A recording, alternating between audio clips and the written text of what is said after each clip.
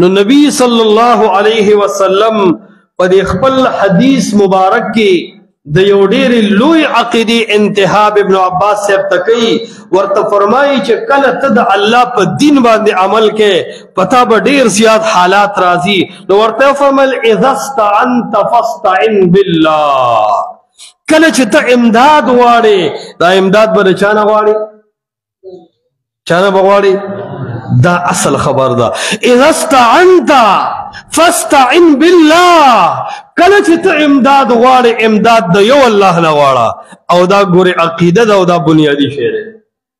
ځینې زمونږ مسلمانان نه پوهېږي مونږ سره د خلکو جنګ هم په دی دی چې په هغه باندې مشکل راشي نو هغه وایي چې دا پلانکي بابا ته د رامدد شوی نو دا د خلکو امداد کوي او دې د خلکو مشکلات حل کوي چا ځان له د یو قبر کاڼي نیولي دي چا ځان له د بل قبر کاڼي نیولي وی چې دا بابا د خلکو په مشکلاتو کې امداد کوي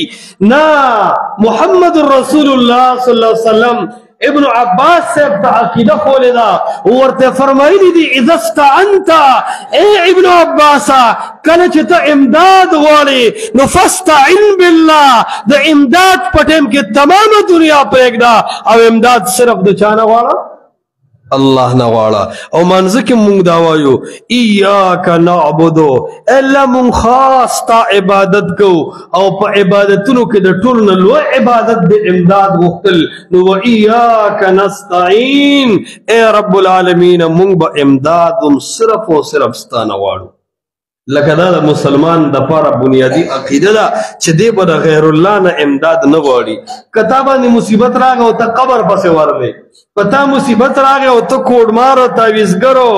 پیر پسې ورغلی او د هغه لمن دې ونیوله او د الله نه د امداد عقیده دې کټ کړه نو لکه تا په دې حدیث باندې عمل ونه کو